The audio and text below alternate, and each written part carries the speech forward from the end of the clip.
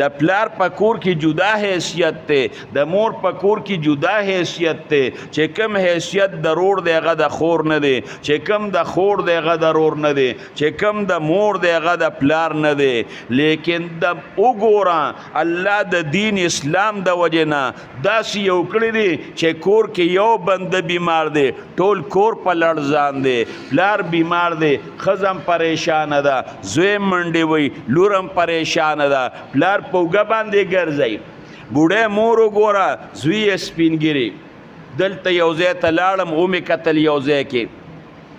بوډۍ مور و بوډۍ مور او چې زوی ته مې ورله وکتل د شپېتو کالو زوی او هغه بوډۍ مور یې را په شا کړې وه ډاکټر صاحب سره ناست وم اما ته وایي شیخ صاحب ورته وګوره یاره جي دا مور مې ډېره تکلیف کې ده جي د شپې یې خوب هم نشته جي ډېر زیات تکلیف دی ورته داسې فریاد یې کو جړلې تا به وایې چې دا درد په دې زوی باندې دی دا مینه د څه د وجې نه دا د دین اسلام د وجې نه